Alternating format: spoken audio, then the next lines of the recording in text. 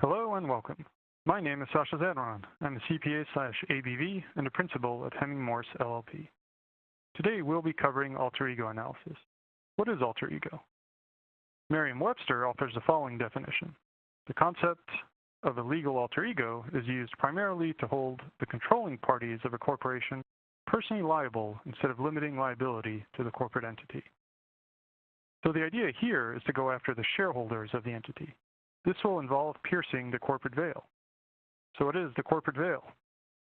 The corporate veil is a protection that shareholders enjoy from liability. The shareholders and the corporations, LLPs, and LLCs they own are considered separate legal entities. Hence the use of alter ego, which means second self in Latin. This allows shareholders to enjoy limited liability. In general, each shareholder's loss is limited to the amount of his or her equity investment in the company. Piercing the corporate veil is an equitable remedy. A strong indication of a wrong that would create an injustice helps the case. Did use of the subsidiary amount to fraud?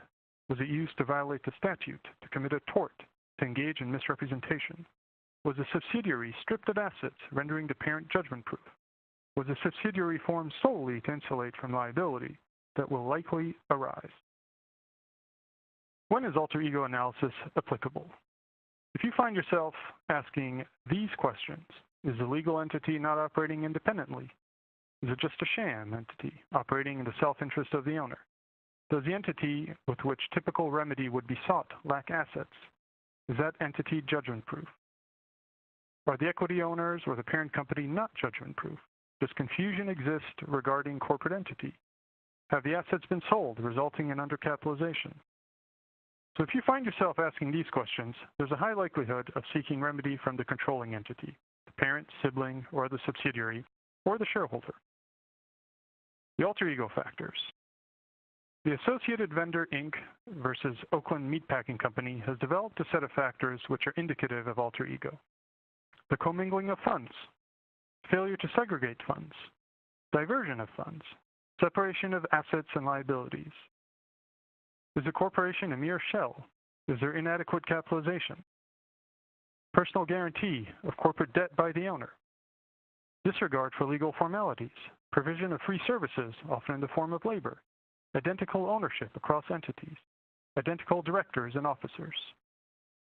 Control by a single family or individual. Same office or business location, employees, attorneys. Failure to maintain minutes and confusion as to records. These can be summarized in the following four categories: domination and control, financial dependence, confusion about corporate entity, and lack of separateness. The idea here is to accumulate indicia of alter ego to aid the court to reach its ruling. There is no bright line test. How can the forensic accountant help on a case involving alter ego? The forensic accountant can gather facts and provide analysis. The list below can also double as a preliminary documentation production request. Board minutes and incorporation documents will help identify the shareholders, officers, and directors. Financial statements will help identify intercompany relationships. Internal accounting documents and communications will help identify overlap in templates, titles, relationships, but also how management really viewed a transaction, why it was carried out, and who made the decision. Credit rating documents will help identify third-party perceptions. The general ledger provides the exact accounting of transactions. It will also be used to identify commingling of assets and related party transactions. Employee rosters will help identify overlap in key employees. Intercompany contracts will help identify whether transactions are arm's length. In some cases, the fact that these are inexistent may be just as telling.